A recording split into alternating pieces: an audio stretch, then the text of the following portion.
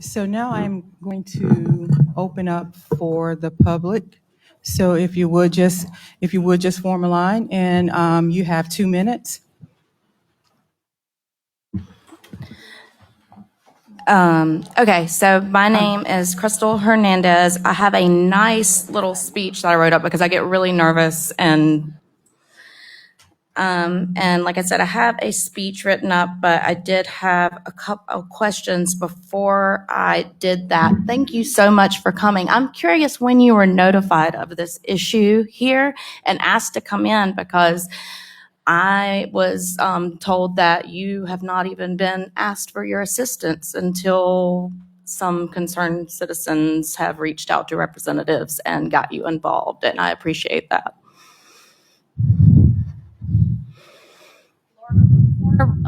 Florida Rural Water has been involved with City of Apalachicola as long as I can remember. No, I mean this As far as specific. this specific, we were engaged in that this week. So we sent, and it's you. not about calling Florida Rural Water to try to help in that scenario. Our circuit riders make visits. Our goal is to not interfere with the operations of utilities. Our goal is to come alongside the utilities to help and aid and get them through the hurdle. So that is what our role is. So if we would have contacted you and this happened in October, you could have came in with some vital things and help with a temporary scrubber and with all these things that you have at your hands to help us with right now. Amazing. Okay, also city, the results that you say are so safe, can we have access to them? We'd like to see those, please, because Those results are I on the personally had website. to. They're on the There's website. 2023, but there's a 2023 one, but I'm talking like from when the boil water was made until before that, when it was supposedly safe, and then there was a boil water, just showing the fluctuations, how it was safe, and then all of a sudden when the news came in, it wasn't safe anymore, and that would be helpful. But Your 2 minutes are up. No. I've been in talk with Aaron Brockovich. Okay, well, if Okay. anyone would Okay. like No, to read this for me, wait a that's second. not Wait a fair. second. I had Please. 2 questions. Okay, wait a second. There are multiple people that want to speak, and we want everybody to have that opportunity. And this is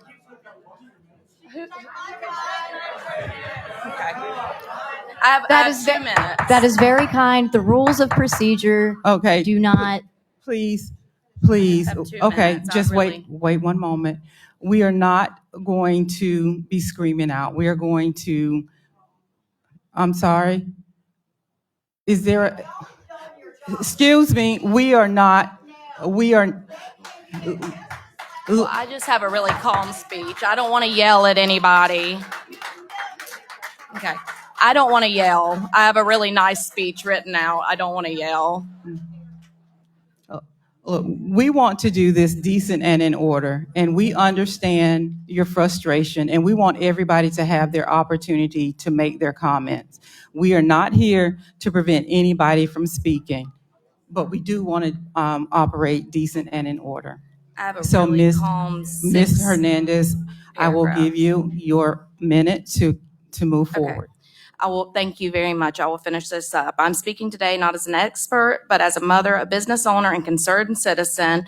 For years, we've known the drinking water was unsafe. We received these violation letters, and to make everything's been. I'm trying to skip through to get. So my minute is condensed down. So basically what it comes down to is the negligence on the part to have a backup system in place. It says what was worse is that there was no system designed to reduce those chemicals. The system that was designed to reduce the chemicals, the scrubber, has been out of service. We weren't even made aware until we went on Facebook fussing about the odor, and there was no press release, no public meeting, no backup system in place. How is this acceptable that a vital piece of equipment fails and there's no plan left in place for us? And it's been going on for a really long time. And y'all, I know y'all have a mess, and I'm not here to beat anybody up or anything. Like, it is a mess, and I really just want to help reach out. That's why I've reached out to everywhere I can, and I've even gotten correspondence with Aaron Brockovich and stuff, and I'm trying to really, I had her rep speak with me today, and it's really critical, and it is negligent on the part of the city, and it falls into kind of what happened in Flint, Michigan, where there was no backup system, nothing in place, and that's a big key of negligence, which makes the city at fault for those kind of things, and I just want better for our city. So thank you for finally coming. We appreciate you.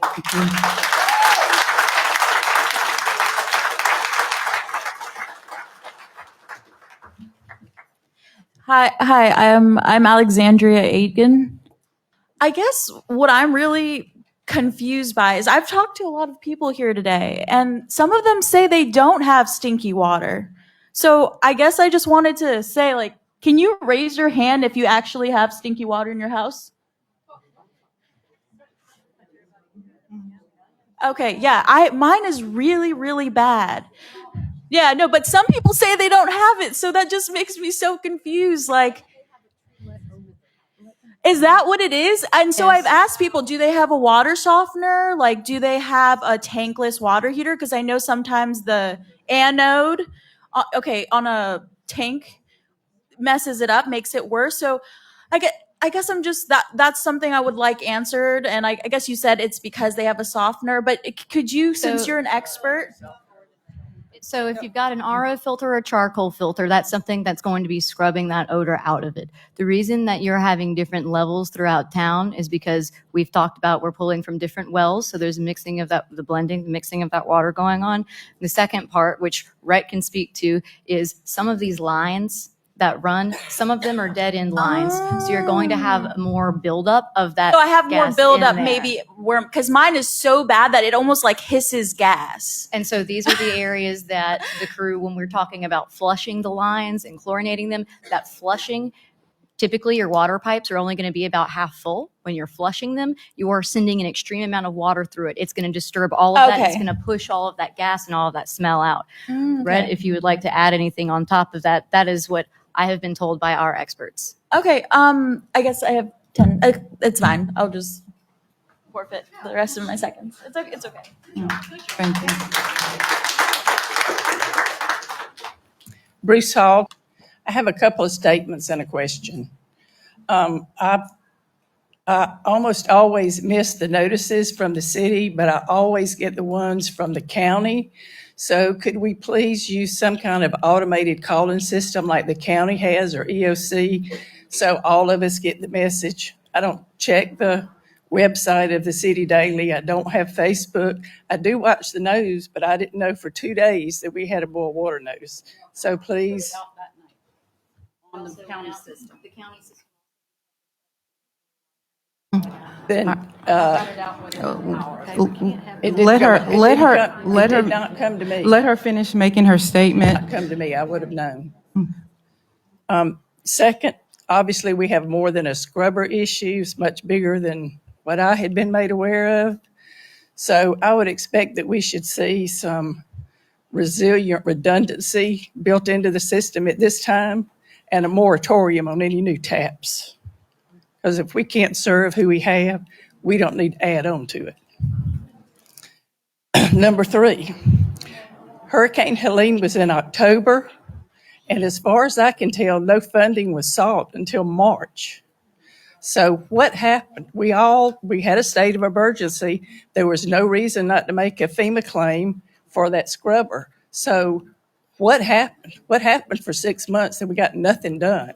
Because when I talked to Mr. Wade in March, he said he had no idea where the funding was coming from. So why wasn't a FEMA claim made in October?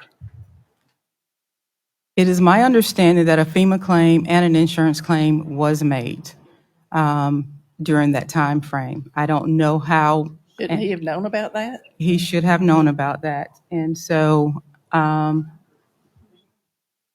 neither our finance director isn't here, so she could provide that information. And I think if we'd gotten this ball rolling in October with FEMA, we wouldn't be where we are now. We'd had the other problems to work on, but that's a long time where somebody dropped the ball. We cannot argue that point, and we are aware that somewhere along the line, the ball was dropped. Information that was given to us was not the actual information. And so when we were made aware of the situation, this board took immediate action and moved forward. And hindsight is what it is. We can't go back and change it. We wish we could. But we are doing or have done since it came before this commission to move forward. And there is no apology that can be made that can.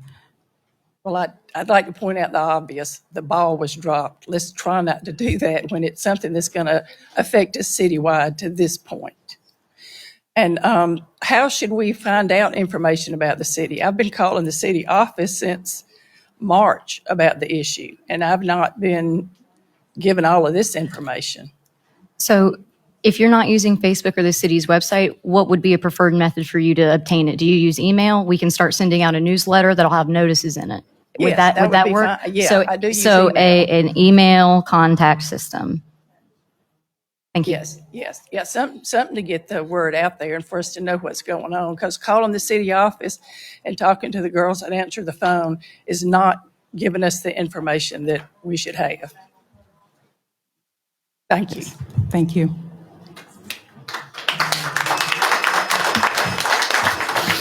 Donna Knutson, and this was very informative, but this is really talks about, obviously, the structure that is the responsibility of any municipality, in this case, Apalachicola. And while we're talking about the primary stuff and the secondary stuff that you're talking about in general is primary to everybody in this room. I've got some experience with this, and it really matters that people are upset that they don't want to use the water, regardless of how many times you tell us it's going to be safe. Trust is being lost every second here. And the way that you really have to think about this is, how do we make sure that we are meeting the primary needs of everybody here? That will be taken care of, but we've got a big hole to dig out of right now. Thank you.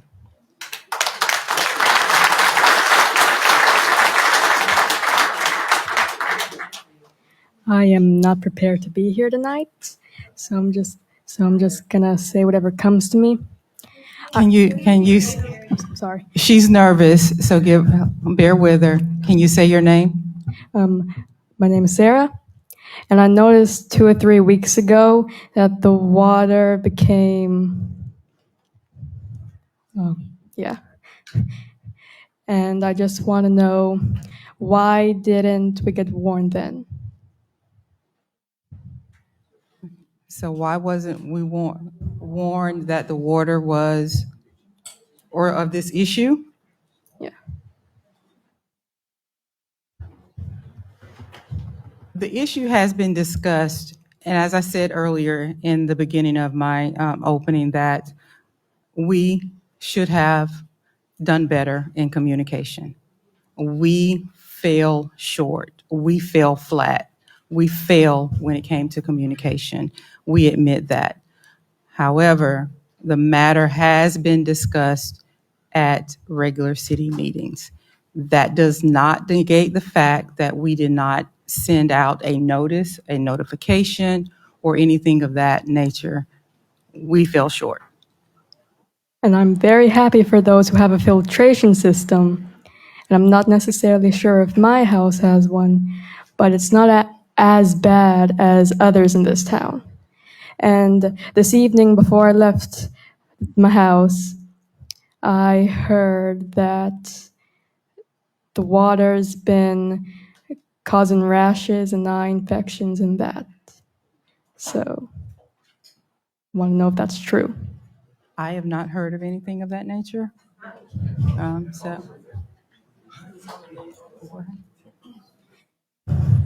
I can tell you that I have seen, what information I have is I have seen pictures and different things that people have posted on Facebook, that people have sent to me personally, to tell you whether or not I know I can't tell you, like I don't have a doctor's note or anything like that, but I'm not going to discount what people have posted and what people have sent to me, but to tell you that we have something formal that absolutely says that these rashes are caused by this or this eye infection was caused by that. We don't have that, but I'm not, you know what I'm saying? But I am not discounting the same things that everybody in here has seen on Facebook because I think,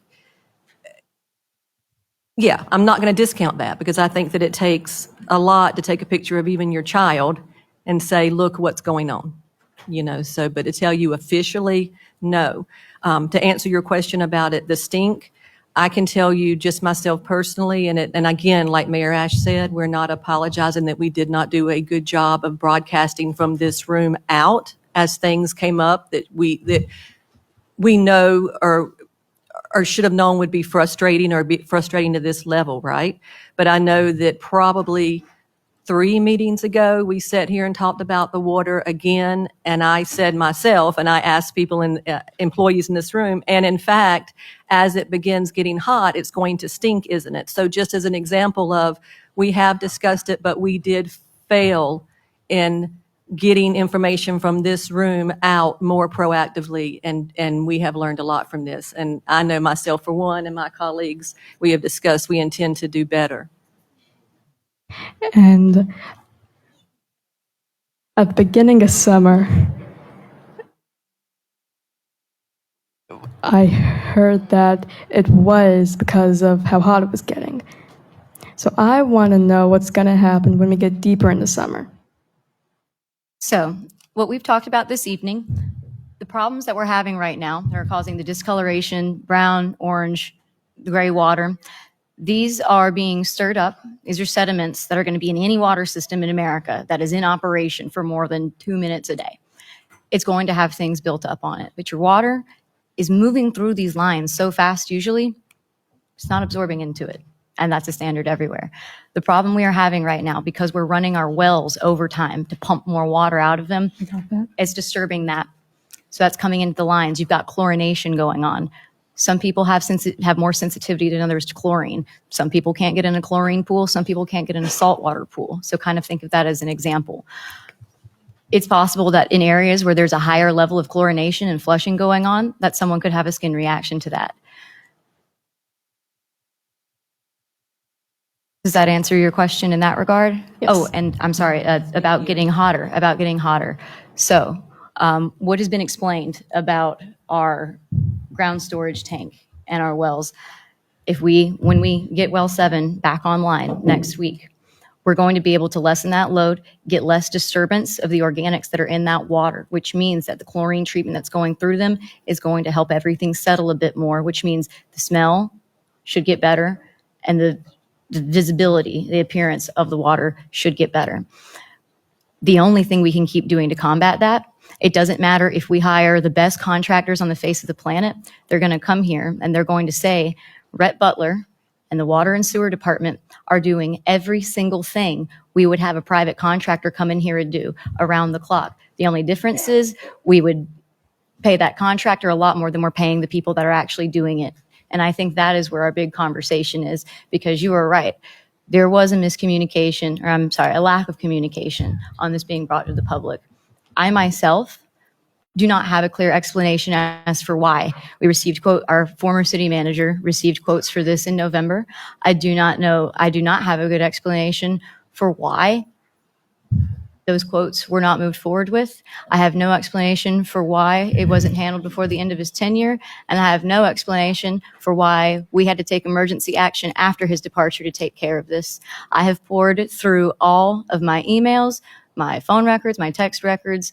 Very little of this, the severity of this, was not communicated to this commission the way it should have been. If we would have been communicating directly with staff, and this message hadn't gotten lost in middle management, we wouldn't be here right now. But what I can let you know is that former city manager is no longer with us. Oh.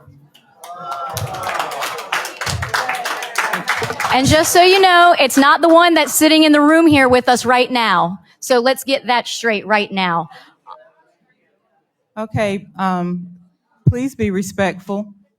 Please be respectful. Please be respectful. My name is Leslie Kuhn.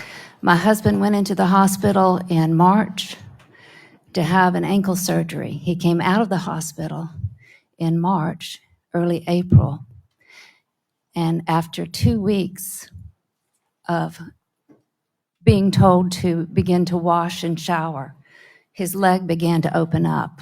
Now I know, because I didn't know what was going on in the city. I had no idea. We have a filtration system, and so I called Culligan out 2 weeks ago. They came out and looked at our filtration system, which is working, but it does not clear out bacteria and it's working overtime.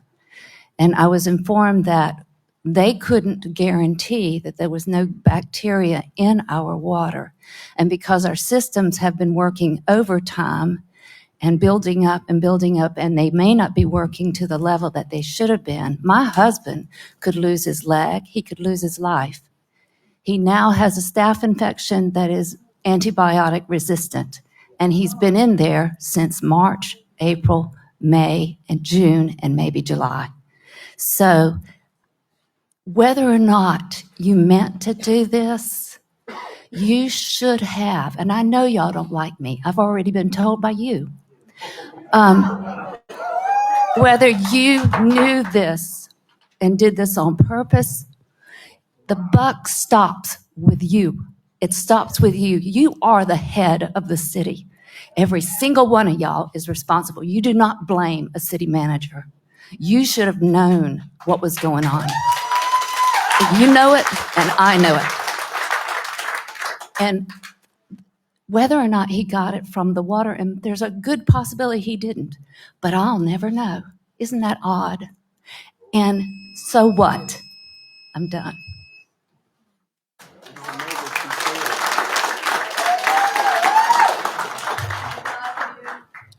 Good evening. My name is Derek Hayes. I have two questions. The first is just to go back, is a technical question. You may have already spoken to it, and it might just be the jargon I can't keep up with.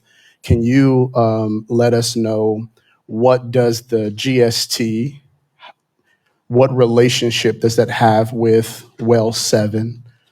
Because right now I can't see one, which would lead me, at this point at least, to believe that something was already going on with Well 7, but that might be because I just don't understand the relationship between finding out that our scrubber and our mixer is broken and why that's affecting Well 7.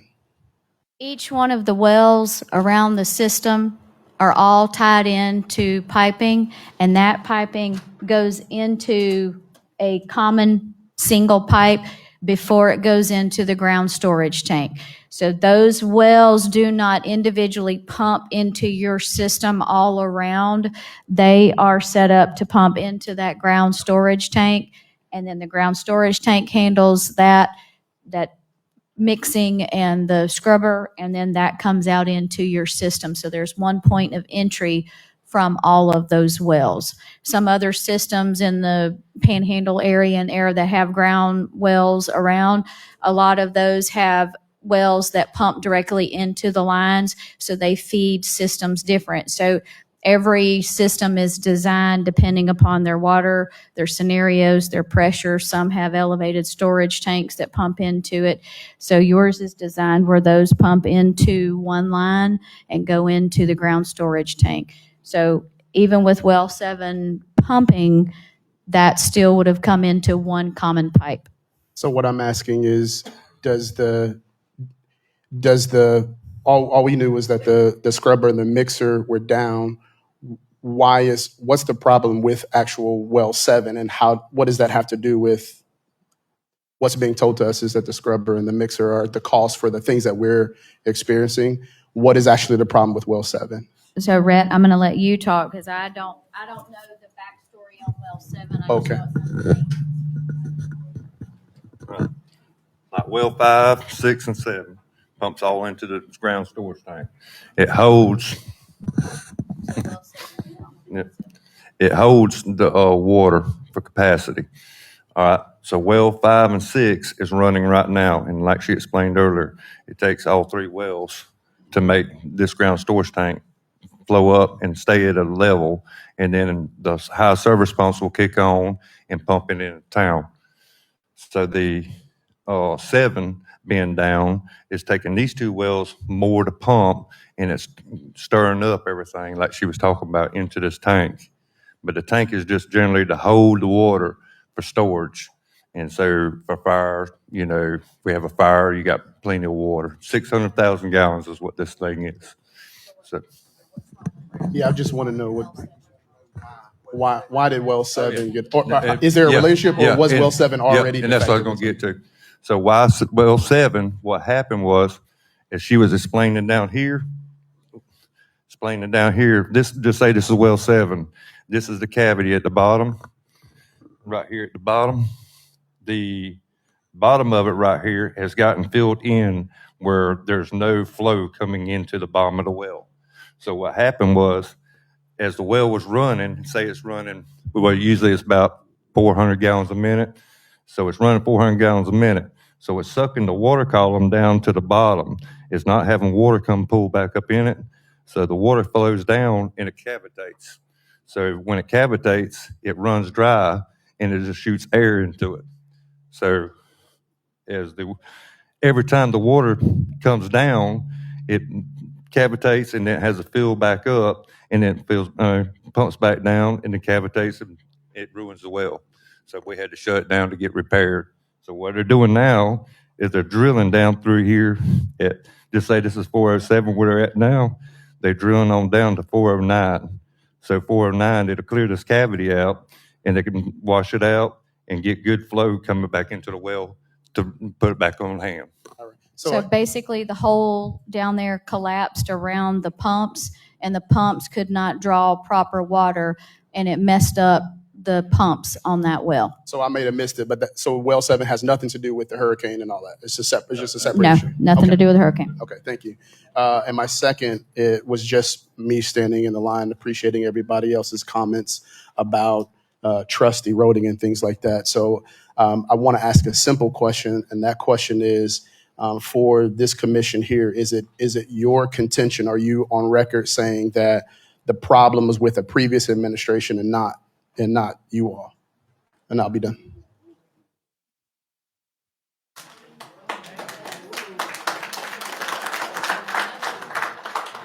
I'm Shannon Retzloff, and I'm a retired healthcare professional, and I'm going to kind of dovetail into what Leslie was talking about a little bit. I think we're all under the misconception that our water is safe. Well, if we have suboptimal chlorination, we're never sure whether the bacteria levels are up or down then. And I'm also thinking that we're also under the misconception that just because we have reverse osmosis, that's going to clear the bacteria out. Or, but no, I understand that. But we have a suboptimal chlorination level right now, so we're never sure when the bacterial levels are up or down. That's why we shut it down, because it's suboptimal.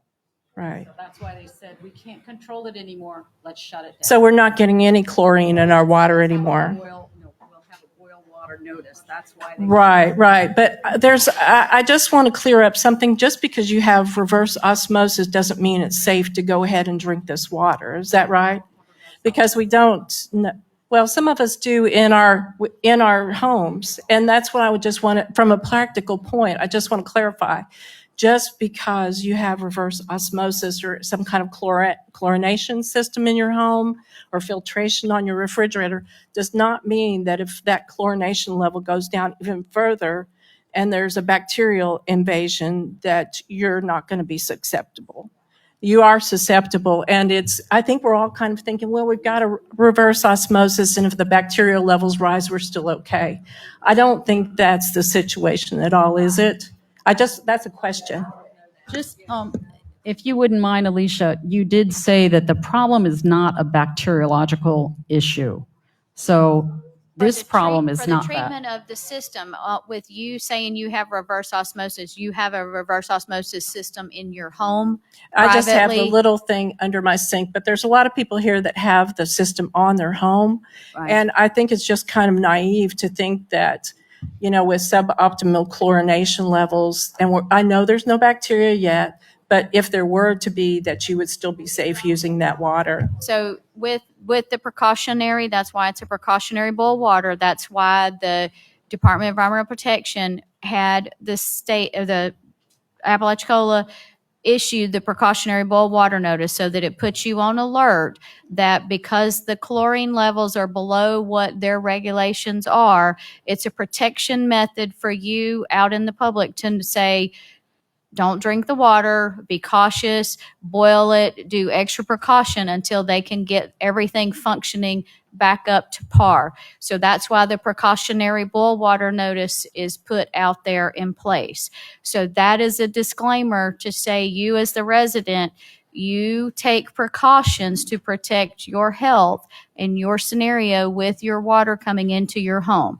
If you have filtration systems from Culligan or wherever else you have them, that is between you and that company that you purchased that from, for them to decide what your treatment process is in your home filtration. So that's not something that Apalachicola can make a statement for, because they're not providing those filtration systems. If Culligan is providing that, then Culligan needs to back that up. If it's somebody else, that company needs to back that up. And But I this- understand totally what you're saying. I'm just saying that I think a lot of people out there are thinking their water's okay because it's going through a filtration system. And I don't think that's the situation right now. Maybe it could be right now, but tomorrow, if the bacterial levels are up, they're still going to get that bacterial water. So everybody needs to be under this boil water thing right now, everybody regardless. is under the precautionary boil water Okay. notice. through And the city. second question I had was, when are we going to get these guys some help? It looks like they're trying to dig a well. They're trying to scrub out a tank. You know, I've seen these guys out there working. They're working their buns off trying to help us. They are, you know. We need to get, is it not possible to get them some help in here so that we can get this problem corrected a little quicker? I mean, I think they're doing a great job, but I think we need to step up a little bit and to get them a little more help so they can get everything done and we're all back to normal again. And my last complaint, well, it's not a complaint, but it's just a problem that I've noticed in our community. I know there's been a lot of talk about communication, but I actually ran into a neighbor today, didn't have any idea about this whole waters thing. I'm actually going to the brewing company to get water for her dog, dragging water over there so the dog has potable water to drink. And also, too, dropping off water to her. Why isn't there something for people that don't have cars? I know that the senior centers tried, but I think the city should take a little more responsibility and maybe kind of get some people out there and get people water. That's all I have, y'all. Thank you. Just one point is the city is constantly testing the water. DEP requires that. So it's those results are going to DEP on a regular basis, and these guys are in contact with them all of the time. It's not like all of a sudden we discovered this problem. It came along, they felt like they needed to issue this precautionary notice to get ahead of it. Yeah, John Weaver. You know, we moved here about a little over 10 years ago. We used to get statements from the water company or water department saying how bad and carcinogenic the water is. There's no reason you can't put stuff in the bill.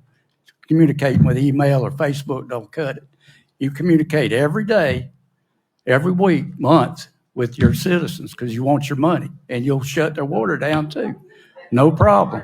No problem. So the real problem is it's not that. That was a good briefing, but it felt more like a filibuster. And I'm wore out just standing around listening. But the people up here have definitely had good answers. The problem is the communications, and you folks not willing to give us the truth. That's the problem. How you fix it and do it, that should have been done 9 months ago. At least let us know we got a problem. And everybody can't afford an osmosis filter or anything and go down and buy water. You expect them to cover your butts with buying water and filtering their own stuff.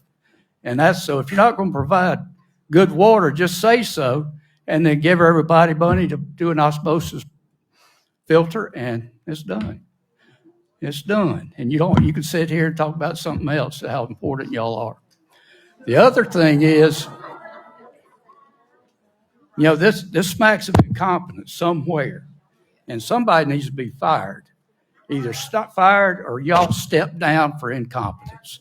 Prove to us that you're really sincere about what you did here. This is just the first probably of many in the past, because the city has ignored water. And then the other thing is, when you start blaming other people that aren't here to defend themselves, then you've got a problem.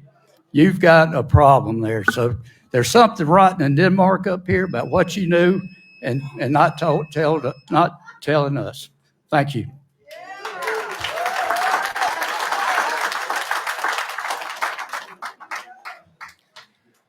My name is Jacob Brazel. I don't have anything planned to say. I'm just coming up here and speaking straight from the heart. I'm a father of three. I got a 10-year-old, a 5-year-old, and a brand new 7-month-old baby girl. And I am fed up with the crap that y'all have given us and told us that the water was safe. But it was highly ironic that the day this was on the news, that y'all send out the boil water notice. And also, we're having to travel to East Point, Carabel, anywhere just to take a daggum shower. And I'm tired of it. I'm fed up. I work 40 hours a week. I do everything I can. I come home. My wife fills up the tub. It's pure black. My mom fills up her tub that looks like somebody done peed in it. But y'all sit here and telling us it's safe to drink. It's a load of crap. And another thing, I really don't understand whoever the city manager was that was on the news that says that he drinks it. I know it's a bald-faced lie. I would love to get a big old jug of water and y'all can all have a chance to take you a glass of it. Because I know I wouldn't.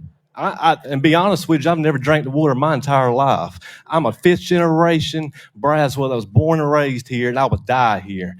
But I know one thing. My dad told me don't ever drink the water because it was never safe. We only bathed in it, washed our dishes. So I feel like I'm coming to speak for the community that we're being gaslighted on the information that y'all are giving us. And I want some better transparency and something else to work with us because we are tired and we are fed up. And that's all I have to say. Thank you.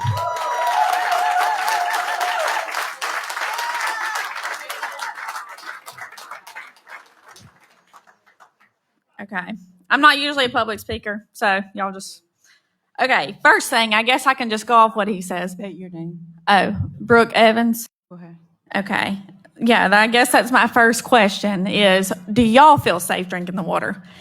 Same thing he said, if I came up here and I said, here, drink this jug of water, would you drink it? I just want to know, honest answers.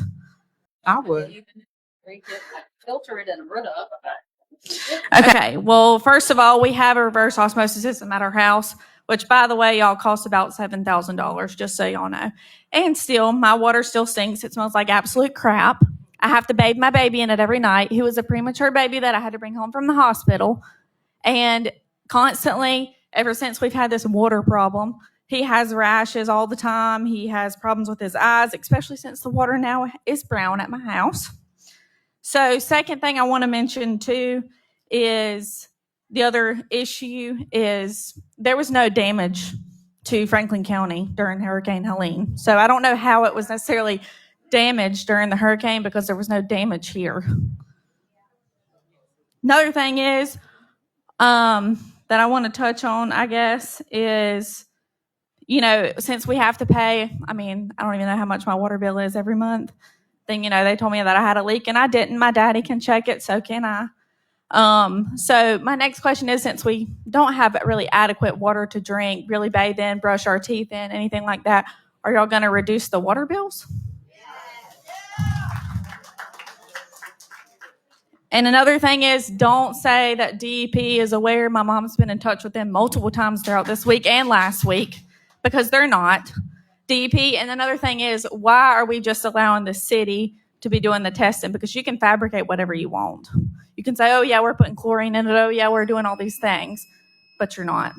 So, anyways, I guess the last thing I'll touch on is, you said today the water is safe. Yesterday it was not. Y'all put out a precautionary boil water notice. That doesn't really make any sense. And maybe we can allocate this money that we've just gotten for a new museum to do for the city instead. Thanks.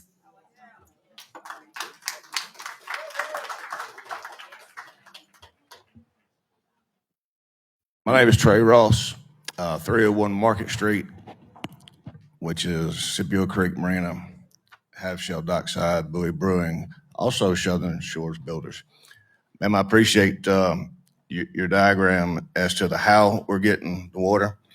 I think it's much deeper than that because, and I commend the workers because I believe that they're doing everything that within their power that they have to correct this problem. So by no means is this what it is. It's about accountability to the commissioners, and I appreciate the mayor's comments of saying that they could have done better. Nobody's perfect. They died 2,000 years ago on the cross, so we got to give a little grace at some point. However, I believe it started during Hurricane Michael because that fire hydrant on Water Street has been going for 7 years. There's no other community that I've ever been in has had a fire hydrant going for 7 years, nonstop. If anybody's been here during Hurricane Michael, they would know that fire hydrant. And I don't know about the former administration or commissioner. That's not my thing, but y'all do have to take accountability and knowing that if something's wrong, hurricane supposedly was in September of last year. 6 months later, the part gets ordered. Somewhere there's a big disconnect without you following up on the person that y'all hired. He left. That's here nor there. That's a direct reflection on the commission because you are elected to represent people who voted for you and people who didn't vote for you, and that will be reflected in the next election.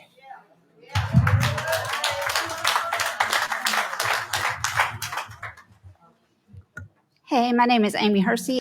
I'm very familiar with the water issues of Apalachicola, as most of you know.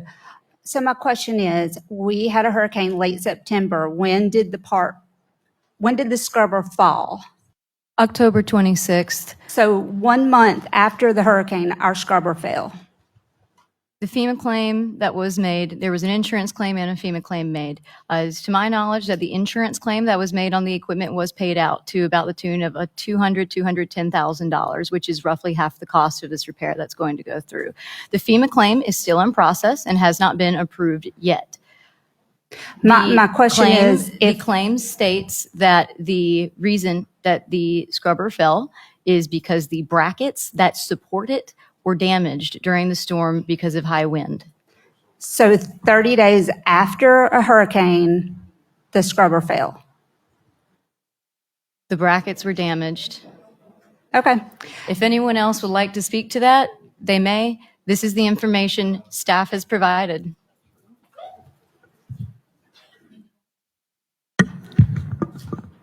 We had long discussions with FEMA on it and everything, trying to get the funds for it. When FEMA was here, what they said, there was other places that had problems the same way. The winds was staying 65 miles an hour. I mean, we did have winds.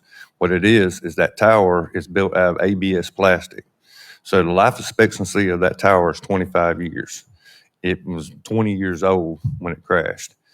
The weakening of that tower shaking in the wind, it broke the fiberglass, fractured it beyond where you couldn't see it or anything.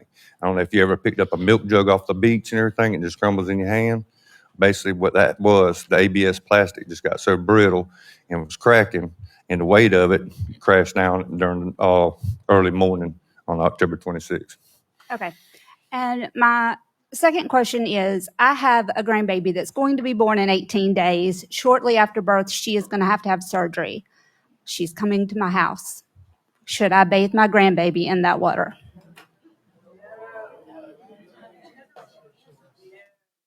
But I'm paying $165 a month. And we have 2 people in our house that are working full time, and we can barely keep our city taxes and our water and everything else paid, but there's no relief. I've been personally buying bottled water for years. We were supposed to get a carbon filtration system and it went out to bid. We still don't have it. What happened to that?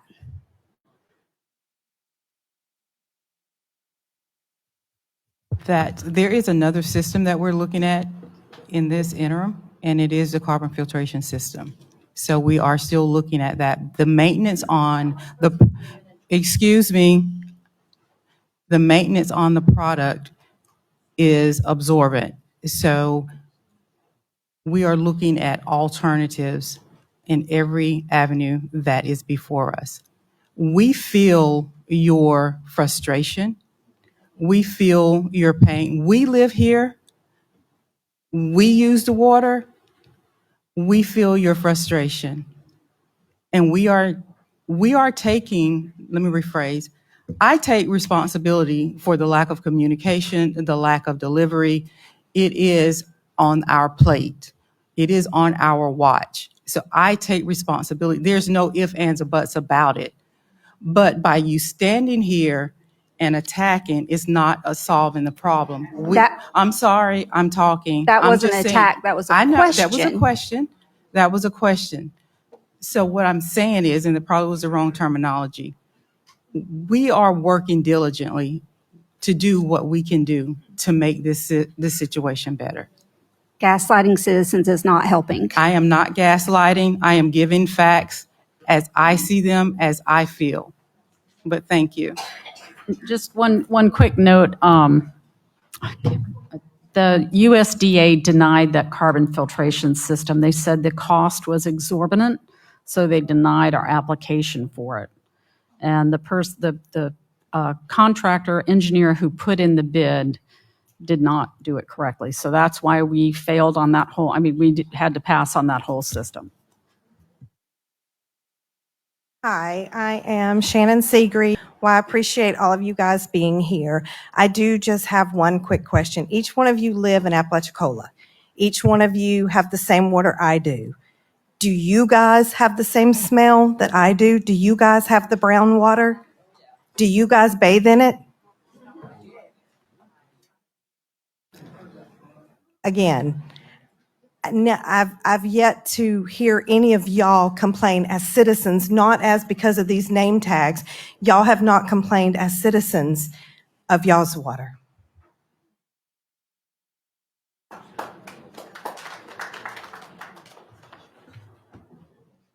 Yes, yes. My name is Darren Guillot, manager of 11 Seafood in Apalachicola. Question I got a couple of questions. Can somebody tell me how long well 7's been offline? Yeah. It's been off about 2 months, but they've drilled, they cleaned it out one time, and that's when we found out it wasn't coming back. So they had to go and revert and go back and drill again. And that's why they're trying to get to the 409 to get the water flow. So you've had all 3 wells online for the past 3 years? Off and on. We've had other wells. Well, well 5 we just had rehabbed. And so Was it rehabbed? it has been pulled, cleaned, and all back, and that's our best well right now. That's one we run 24 hours a day and running that one. Well 6, like we said, we have the problem with the air. They're going to look at that as soon as well 7's done. But we can't do nothing until well 7 comes back online to get us enough water capacity to feed Apalachicola the water. The reason why I'm asking is that exactly to the day in 22, we had a 5-day shutdown for pre-boil, and that was boiling water back in June 6th of 22. The reason then was explained that a pump went out and 2 wells went offline, and we didn't have the money to fix it. So all the paperwork is going to line up right, that the wells come back online in a timely manner after that, and has been online the whole time? Yes. Okay. All right, another question is, my health official for the state of Florida notified us we cannot process, we cannot work. That's shutting us down for a week to 10 days. A person on your city office spoke to my health official and said y'all would not be online maybe Wednesday of next week. That name was John Marshall, talked to my health inspector. Is that true? So whenever they get well 7 ready. Is that what's going on? Is that what's going to happen a week from now? We have to pass the test. Once we get the well clean back on, we have to make sure that the test pass, and we don't have no biological bad samples. I understand that. I understand So, that's all based on water samples. Yep, but Why are we telling my health people next Wednesday? What's that? Why are we telling the health people next Wednesday when we don't even know when it's going to be back online? Well, that was the thing. By next Wednesday was when we was hoping it was going to be back online.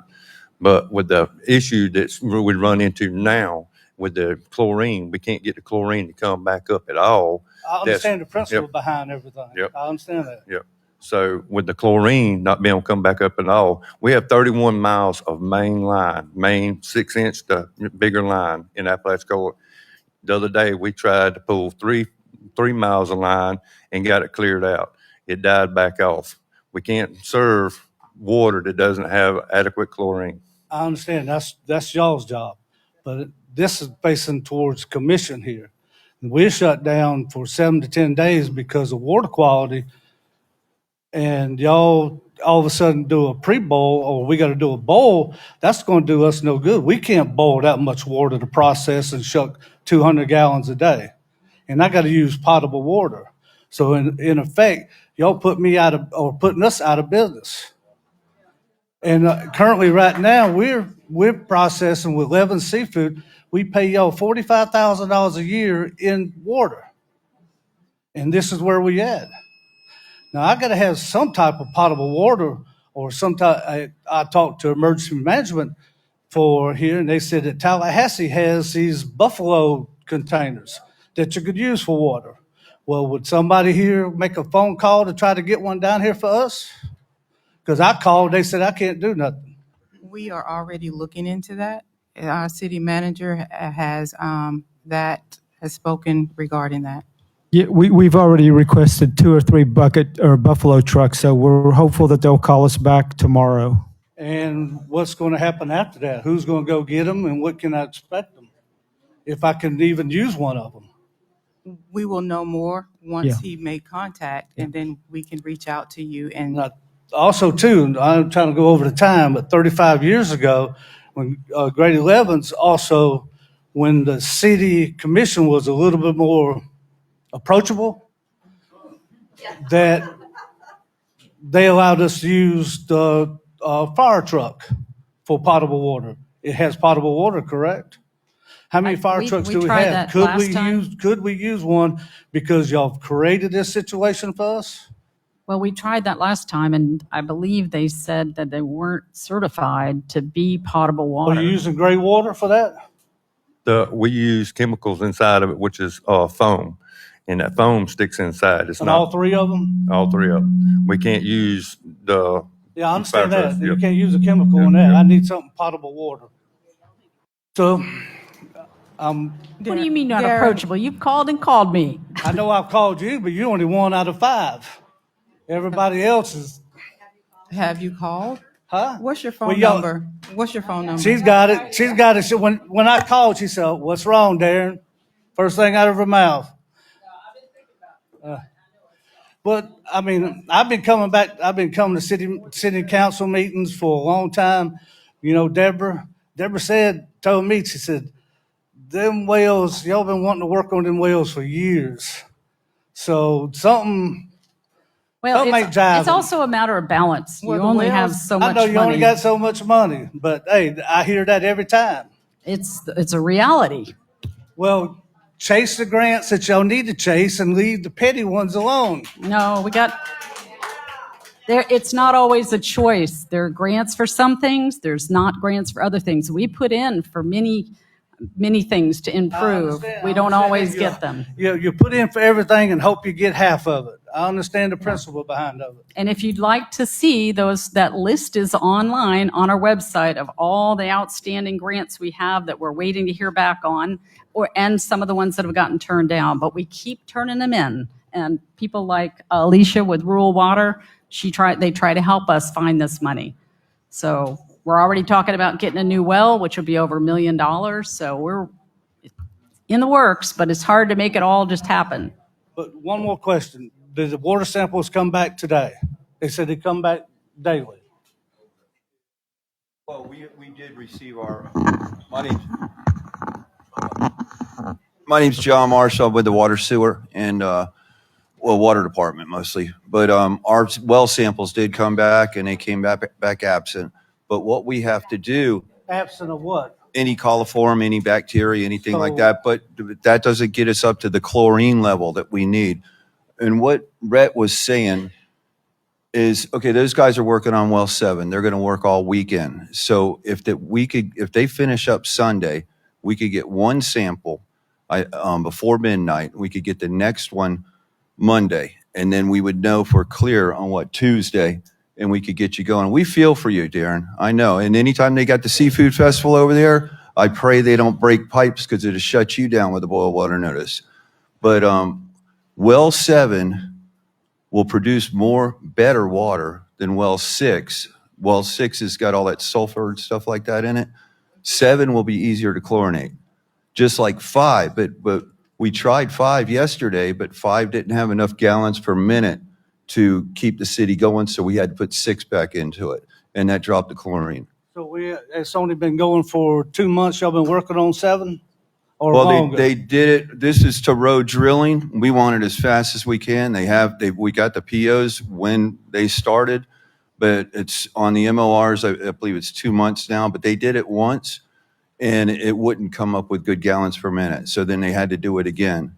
Well, if well 7 produces that clean of a water, and we've been going back for almost a year now, or 9 months, and if it's clean water, well 7, and you just took it offline 2 months ago, or been working on it, why was the water dirty way back then? It has built up. We're Built running the up. plant the way that we're not supposed to run it. And we used to order, I got a truck that comes. It used to come once every 2 weeks with the chlorine. We'd get less than 1,000 gallons. Now we're getting every Monday we get a delivery of 1,500 gallons. And even with the 1,500 gallons now per week, we can't get the chlorine residual up in that water right now. And that's what we're hoping for, that well 6 is save us. Well, understand, I've been out of work for 2 days now. I got $40,000 worth of oysters sitting in the cooler that I can't process. Yeah, I got a limited amount of shelf life to process, yeah. and it takes me the time to get them out while we're waiting on whatever the reason is. Yeah. I'm out of trying to figure it out. I am. All I know is if we don't process by Monday, we lose $200,000 worth of sales next week. All right. Appreciate your time.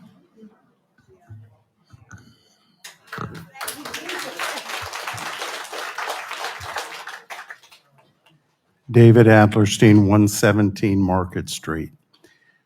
I have 3 questions because I want to pinpoint stuff. The Carabel odor scrubber, will we get that, and what will it do? That's question 1.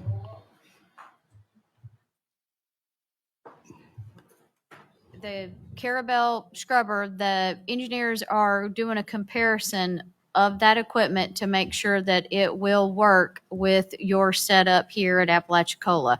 Once they get that determination made, then it'll take, I'm not certain of the time. I don't know how it's attached, what type of equipment will be required to take it off of the top of their ground storage tank that they're not using anymore. So those answers, I can't give a definitive answer on the timing of that, but my feeling would be as soon as possible that if it matches, they will be bringing in a contractor to take it off and then bring it over to install it on y'all's ground storage tank. And what that will do is it will start aerating the tank again and help get that hydrogen sulfide and all the odor and all of that discoloration problems that are coming between the mixer and that scrubber. That will work and process that out to get that down to a lesser impact that you're seeing in your water right now. Thank you. Question 2, when more specifically will the permanent odor scrubber be fully installed and operable? As close as you can get to when? As of today, we could not get a definitive answer on that. It is to a certain percentage complete, but they didn't tell me what that percentage is. So right now, the target time is mid to end July. Mid to end of July, For the completion. the installation. Okay. And you had mentioned a new well is $1 million. What's the overall cost of bringing this system into a condition where people are pleased with the taste of their water and all the conditions are met? Just $1 million? No, it will be well in excess of $1 million. The $1 million is my understanding just for the well. We still have to find a location for the well, and there may be costs in purchasing that property for the well. So we don't have all of those figures at this point. Yeah. And whatever the cost is would be borne by the enterprise fund balance payable by bills. We are looking at a couple of, we're looking at grants. So we're exploring all of the avenues so that hopefully it will not be borne by, the costs will not be borne by the citizens. But at this point, we are in the infancy stage and we are in the research stage. Thank you very much. Bonnie Davis, I take you all at your word that you are scrambling as best you can to deal with low odds, high bad outcome possibility, and I appreciate and applaud you people that are working around the clock to get it done. My question to the commission is, why wasn't this anticipated? We have hurricanes almost every year. We have well maintenance that has to be performed on a regular schedule. So why wasn't someone in the city thinking about what would happen if we had a hurricane, lost equipment, and we had to do well maintenance at the same time? And I don't think that you five are personally responsible for doing that type of contingency planning, but I do think that you are responsible for making sure that it is done. And I haven't heard anything tonight that says that you intend to treat this as something more than a once in a lifetime occurrence and we'll get this fixed and then we're done. And I think the broader task is to get something in place so that you're thinking ahead that this could happen again or something similar could happen again. And if it did, what resources, what would you need, and how would you deal with it? And I'm sorry, you hire, you supervise, and you approve or disapprove of all of your staff, including the city manager. So I don't think it's reasonable or fair to say this is not our fault. It was the former city manager's fault. The buck does stop with you, and I think you need to own where you are in this situation. And in terms of the future, you need to fix this, but you also need to figure out how to not have this happen again over and over. Thank you. We do, You just so are- you know, Wait a sec. we just need to, I wanted to say that Bonnie, we do have a plan to do maintenance on all the wells, a regular plan, and our former city manager was enacting that plan with our water department. We don't have unlimited funds, unfortunately, so that's the problem, is we have to do trade-offs. And you don't need to reply, but we take all the blame, but it's difficult to come up with all the money you need to do all of this. So, but we do have a regular maintenance plan on all the wells. Bonnie, I do agree that there needs to be and should have been a plan in place. Unfortunately, it happened. We did not foresee a major piece of equipment being taken out from a windstorm hurricane. We did not foresee it. Should we have foreseen it? Yeah, maybe we should have. but we didn't. We are now in the process of making sure, with guidance from the Florida Rural Development Agency, that we know the intricate parts of what makes the water system run and what is required. There is no sugarcoating that we should have known. There is no sugarcoating that we should have been more open, had more communication, open communication. There is no sugarcoating anything. I take responsibility for what is going on. And so it is unfortunately a situation that has happened, and we're trying to do what we can going forward.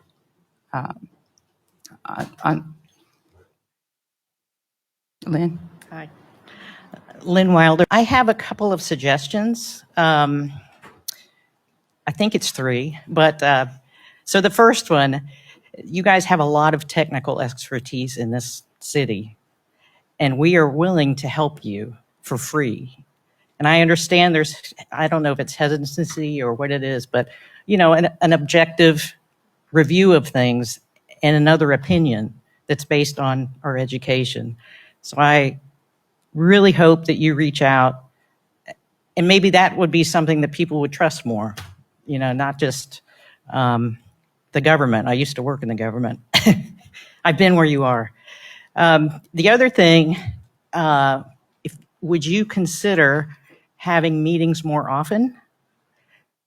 I love it. Would you consider hiring somebody to do this full time, to answer the phone about this, to make sure all the records are in the right place, to be ready to present?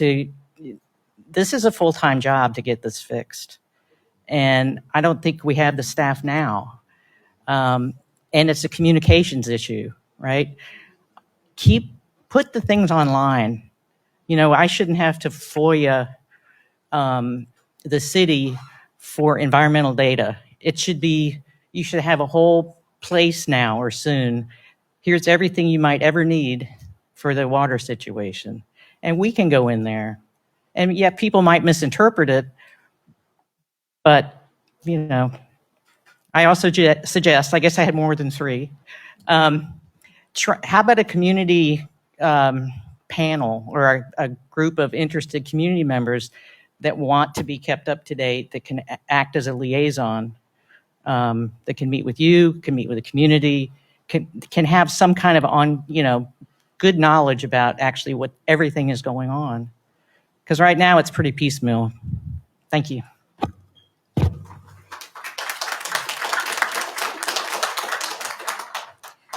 Liz Hayes.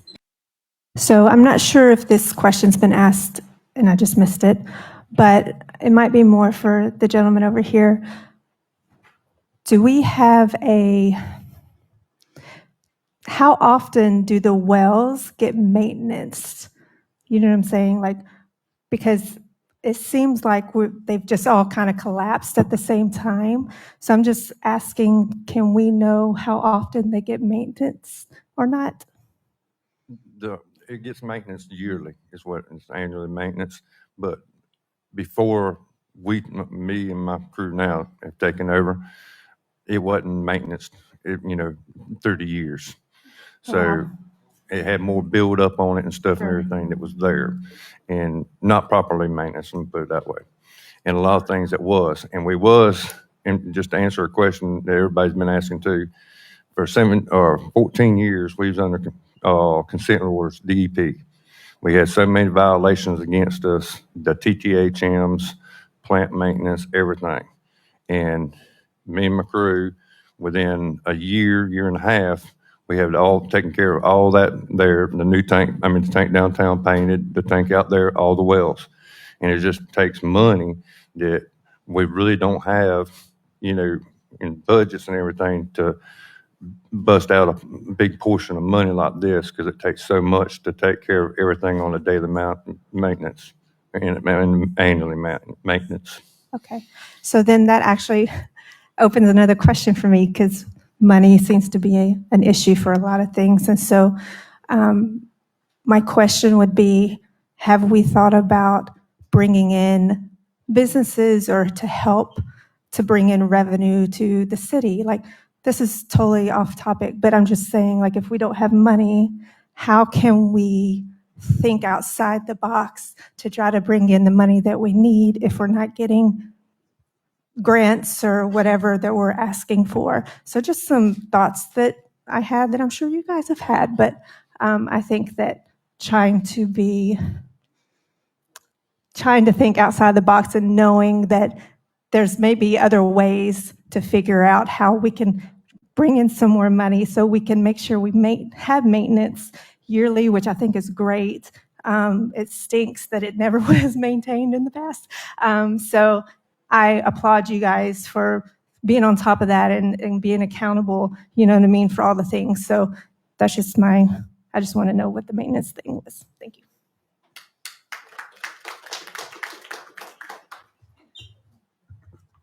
Hi, I'm Jeanette Blon, and I had been away for a while, and I came back in April to this wonderful odor at my house that's been nonstop. But the funny thing is, I went and used the bathroom a minute ago, and the water smells perfectly fine in there. I don't know how you do it, but there's nothing wrong with your water here. Probably because it's the city. Anyway, I called on. I've been dealing with, I've been trying to take showers. I've been trying to do what I can since April. And on Friday, I had gray water in my toilet. I cleaned my toilet, and then all of a sudden, the water was still gray. And it was gray, it was gray, it was gray. I flushed like 5-6 times. And I actually posted it on Facebook. So if any of you have seen my Facebook post about that, that was on Friday. But it had not been gray until Friday. And I called the city, and I spoke to the person who answered the phone there. And I was told that the water was perfectly fine to drink, even though I went online and I pulled up this whole article on hydrogen sulfide, which at low levels can result in eye irritation, a sore throat, cough, nausea, shortness of breath, and fluid in lungs. Long-term, with low-level exposure, may result in fatigue, loss of appetite, headaches, irritability, poor memory, and dizziness. And my water, when it comes out of my tap, does not flow normally. It comes out bubbling, which is not just smell. That has to be the gas coming out as well. And I believe that my sore throat and my soreness in my nose and the headaches I've been having for the last few days are probably a result of it. And the girl hung up on me on Friday, by the way, at the city, because I was adamant with her that it was not just a smell, that it was affecting health. And so she hung up on me, and I called back, and I asked if I could leave a message for Rhett, which I did. I had her hopefully leave a message for you. And I called back on Monday, and I called back on Monday, and anyway, I may not have even called until, I asked that they told me that someone would come out and flush the hydrant that's in front of my property, and I have yet to see that being done, and I was wondering when that might be done.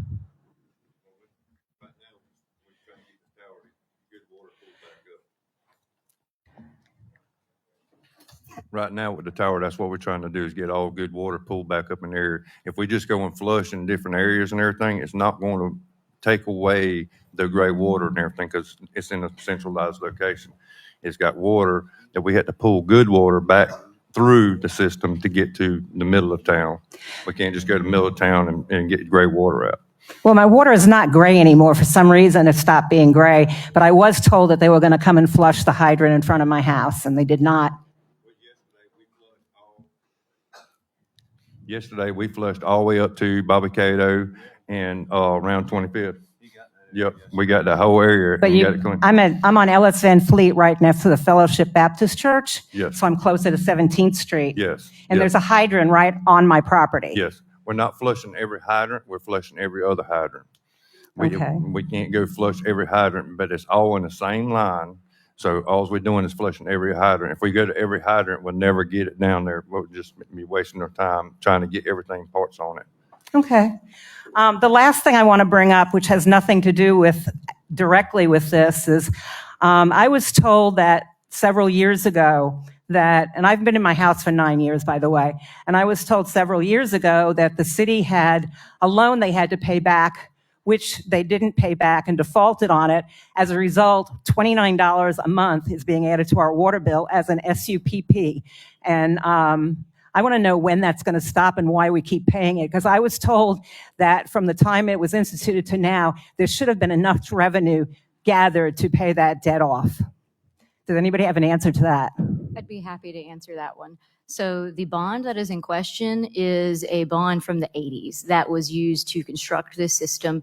I cannot speak to why former administrations did not decide to pay that bill. I cannot speak to why they did not decide to incrementally increase the rates over time so the system would be able to afford to pay for itself. If you dig into the background of that, you can find the records that say the state even acknowledged at one point they had given us this loan. We have a very small tax base here and could feasibly never increase our rates enough or get the money that is needed in order to make that system take care of itself. Allegedly, there was money in escrow that was supposed to use to help offset that. Allegedly, that funding went towards other projects.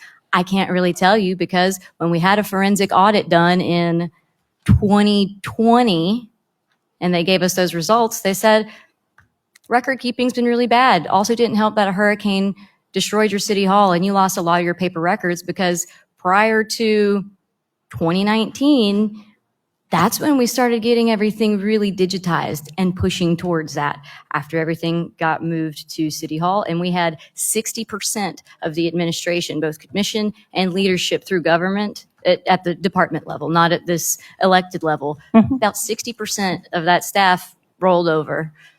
So a lot of things got dropped. So during that. the bottom line question is, since this $29 was earmarked to pay this debt off, is that ever going to go away? Yes, I believe that the end of the debt service is supposed to be either at the very end of 2026 or towards the middle of 2027. I would strongly encourage everyone here. Our budget season is about to start. Our fiscal year starts October 1. If you care about making sure these issues get addressed, we haven't gotten our budget calendar schedule set quite yet, but I'm sure we will very soon.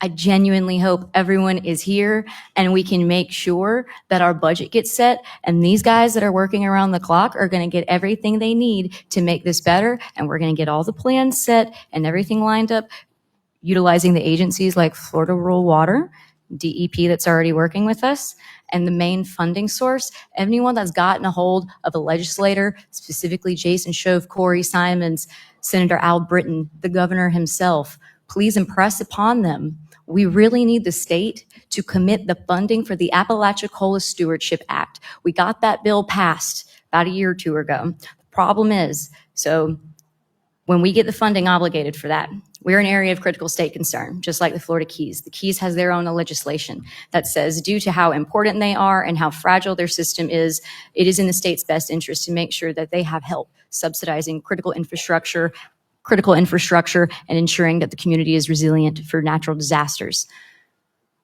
Right now, we're about 100 days into a 60-day budget session at the state level. We could use all the help that we can get to impress upon them. If we have access to potentially millions of dollars on July 1st, it would really help these guys get things moving without having to apply for grants. It can get them into a place where they can start to procure engineering services and figure out what needs to be done, because there's a lot of technical assistance that we need. We have our current city manager will be leaving us very soon. We lost our city planner recently to the county. What about selling some of the property that the city owns, like the old City Hall downtown that's sitting vacant? So we had that property on our surplus list for quite a while. The reason that we took that property off the surplus list, if you remember back in the day when we had delinquency default status on that loan, I was a proponent of selling that building because we needed to sell it. We needed that funding so we could get out of that default status, because having a default status on us made it where we couldn't get any more help. We couldn't get any more grants, loans. We were ineligible. That was a situation that we all walked into in 2019. Our administration was able to get the state to forgive that default, which made us eligible to get the grants that we needed so we could rehab well number 5, get that one going, to do fire hydrant replacements, among other things, which is still an ongoing project because despite everything that has gone on here, we still exist in a world where we've had COVID, or Hurricane Michael, then right after that, COVID, everything that's gone on right now. I know. Inflation, recession. I've been here since 2016. I've seen every pretty piece much. of equipment gets more and more expensive. Yeah. But I thank you for what you guys do. I know it's not an easy job, and thank you guys for what you do, because I know you've got a ton of problems on your hands right now. Thank These you. guys have been working 24/7. So there is one thing I wondered, I don't know if Alicia, you can explain this, because I didn't understand it till I started the budgetary process. We have 2 essentially budgets. We have regular budget, which we pay out of. We do all the stuff we need to. But the enterprise fund, that's where your water bills, all that money comes into an enterprise fund. And that has to be run in a different manner. We don't cross over. We can't take a grant given for a museum and put it in toward water. And we can't take water money and put it toward that. It's very highly regulated. So, Alicia, I don't know if you have anything to add to that. But we learned when I came that the water rates were way too low, and we had to raise them, and everybody was really mad that we raised them. But we have a very small system and a very small population and high cost. So those bills have to pay for it. So on the status, Florida Rural Water did a rate study for City of Apalachicola in 2020, made recommendations based off of that. We also know that that additional payment that you pay on your bill has to do with a reserve fund that is required for you to maintain your debt service payment, to not go delinquent on that. So you are not delinquent on your loan payment back for that. So when you see that SUP, that is your reserve, that is your guaranteed bucket that has to go for your loan repayment. So if anybody is saying that you're in default of a loan, you are not in default of your loan. You are current on your loan. For the rates to take care of the maintenance and the infrastructure as it sits, because you are a smaller system, that money has to be divided between each one of the ratepayers. And as you know, maintenance does not get cheaper. Maintenance goes up just like everything else goes up. And unfortunately, that means that your bills need to go up to compensate for that difference. It's no different than I had conversation with some of the commissioners today individually, that you can't have deficit in your account and continue to make withdrawals because you get an overdrawn account. So that's the scenario that happens with the maintenance on your system, is that your budget has to have increase and it has to keep up with what's happening to the city. So if you have all of your chemicals go up, your electric goes up, all of the components go up, your salaries, your insurance, and all of those things. But if the incoming is still the same, then you're going to have a deficit on that budget to take care of those maintenance and those capital projects that are out there. So that is just the black and white, no opinion.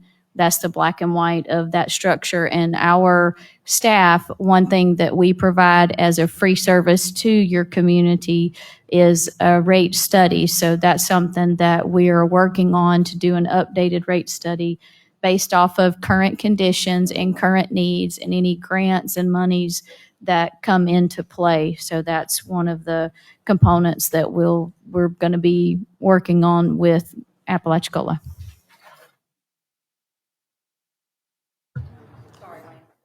I'm Lance Martin. This water situation, it hadn't just started in the last 4 or 5 years. It's been this way for a long time. But the last 4 or 5 months, it's gotten really, really bad. And what people don't understand is, I worked up at the city 40-something years ago. It was in bad shape back then. The water's always been terrible here. My family's been here for 5 generations. There's got to be some way to get money in here to fix this mess, because people are going to start getting sick. You're going to start getting lawsuits from people getting sick. I mean, it's terrible. It's gotten critical here. I mean, I worked with the power company for 30 years. I retired. When we had a hurricane come in here and tore all this crap up, we'd have contractors from all over the country come down here, and we'd have it back on in 3 or 4 days. And that's what we got to do here. These guys work their butts off. I know how they work. I used to work there, but they don't have the money and the people to do it. I mean, that's just how it is. But there's got to be a way you can get the money in here to help these guys get the stuff back up and get it running. And I would suggest building another aeration tank, y'all call it a scrubber, with 2 or 3 more pumps for a backup. We get hurricanes every year. Trust me, I know. I went through 5 one year with the power company. We work 30 hours a day. But something's got to be done, and it's not just critical. It's an emergency right now. It's got to be done. I mean, that's all I got to say.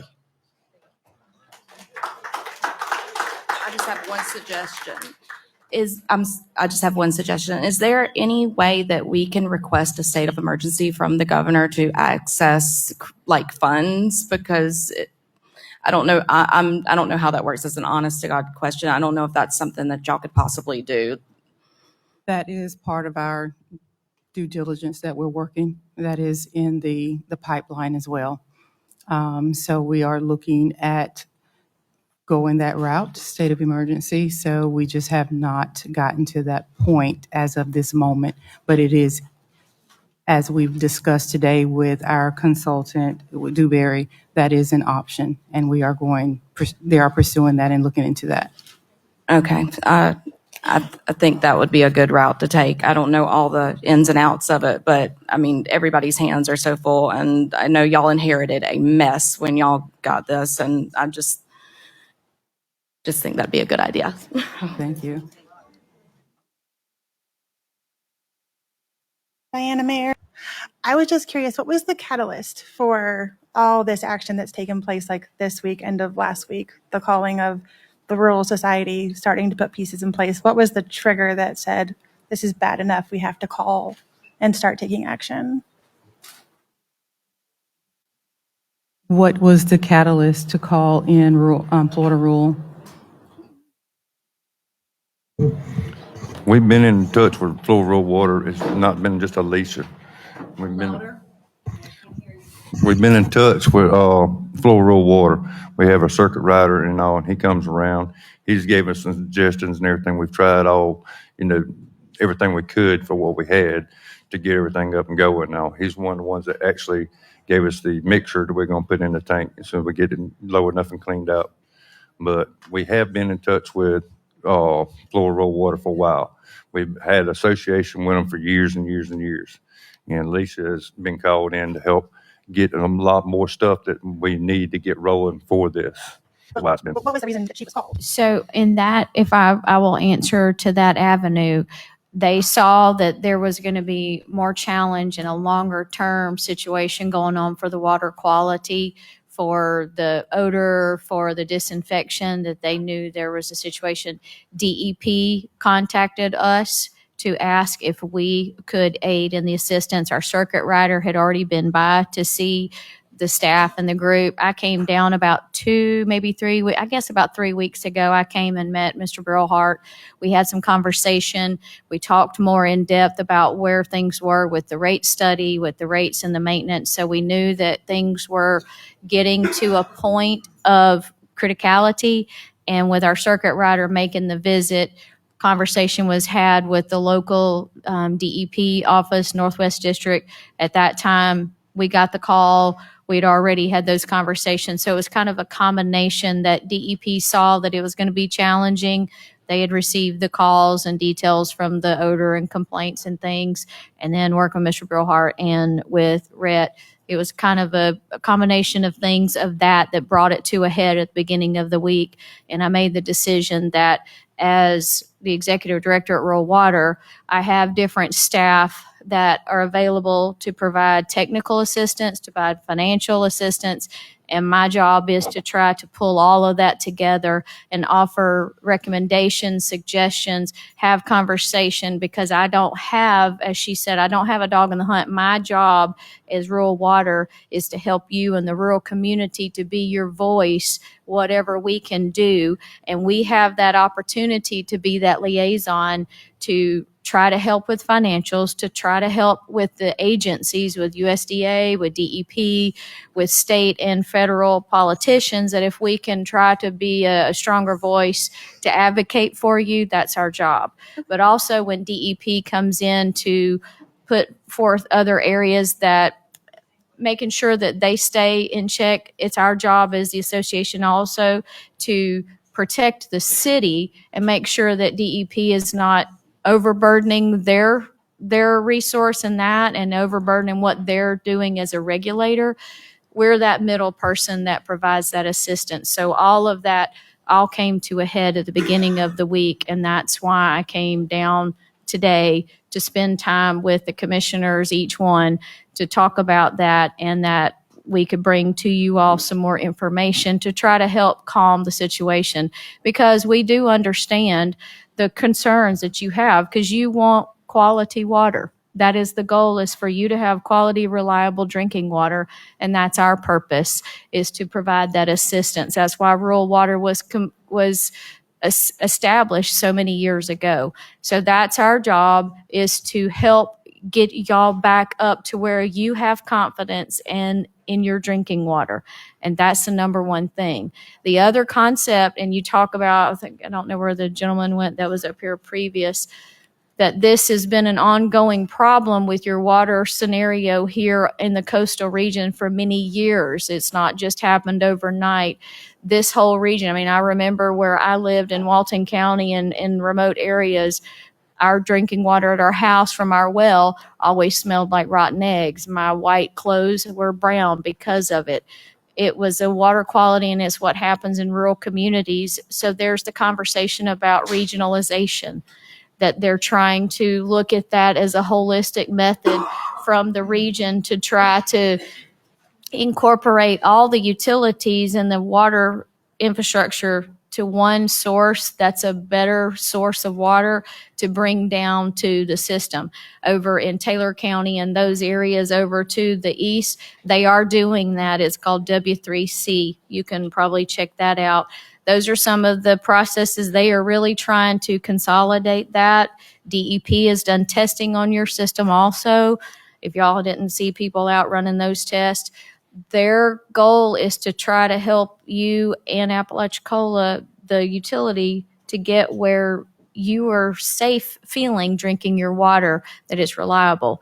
So those efforts are going on all behind the scenes, and that's the part where we wanted to make sure the communication can get out there for you so that you're comfortable, that you're confident, that you don't have to worry about your husband or wife or child being sick or being infected or skin issues or scenarios like that, that your businesses can operate.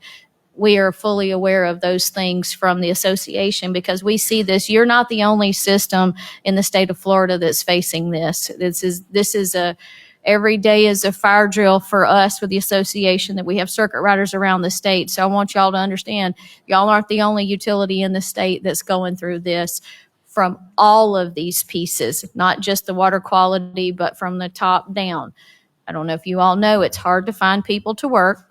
It's hard to find people to work for a fair wage, and it's hard for you as the ratepayer to pay that rate, because you all know that the costs are all going up. Everything continues to go up. I don't know that we've ever seen the power bill go down. I don't know we've ever seen our cell phone bills go down. I don't know that our Netflix bill has gone down. So everything that we do and touch in our world goes up, including our water and our wastewater bill. So those are the pieces that a lot of times that water bill and the wastewater bill is the one that suffers the most. And I don't know if y'all recognize, it's warm in this room, power, electricity, all of that. But at the end of the day, you can't live without water. You can live without power, but you can't live without water. So that's our most precious resource that we've got to fund and we've got to pay for. And while everybody wants grants and all of that, you remember where that grant comes from. It comes from taxes. It comes from. Please wait. Let's be respectful. Let's be The respectful. meter, to get your water to your home requires parts and pieces. I and think it everyone costs in this money. room understands the costs. We're adults. I guess my thing is, so DEP reached out to you about our concerns and their concerns about our system. How come no one here reached out? They did. To It was a when? combination of. When? Okay, so let me just, if Go I ahead. may. This informational workshop was called by me because I heard your concerns, and I wanted to sit here and take the brunt, take the hit, take whatever it is to hear your concerns. Because I get it. I understand the frustration, and I can't say that enough. Now, what came along is that we were able to bring in affiliates, partners that could give us more information. So that is what happened. Yet we have been testing on a regular basis. Yes, DEP was called by several citizens. Yes, we get that there are areas within the city that have discoloration in their water. There are areas in the city that has clear water. But we want to hear I wanted to hear all of the complaints. I wanted to hear what you were saying versus hearing it on or seeing it on social media. Come, voice your opinion, bring solutions to the table. Let's work as a community to move forward. I knew this was not going to be an easy feat, but it had to be done. We owe that to you. I owe that to you as residents for you to bring it to the table. And that's what I am here for. And we appreciate that, Alicia. We appreciate that the members of DEP came in. We appreciate the partnerships because we want the better quality water for our residents. We want that. We are not trying to downplay. I am not trying to downplay, but we get more accomplished if there's a conversation versus all of the attacks on us personally. I'm not saying that you attack. No. I asked when you contacted her. It's a simple question. No. I'm not saying that you are. This is a general statement. Can I get an answer to the question? Your question was, why are they here this week? No, I Like, said. why now? No, she said she answered that part. Yeah, help DEP me. called out. Then she said y'all reached out. I'm asking when y'all reached out to her because she just said it was DEP. I was going back to I did not reach out to Alicia I personally. did not reach. Yeah. City management does that. But I wanted to answer your question about, you asked like the culmination, like the timing of it.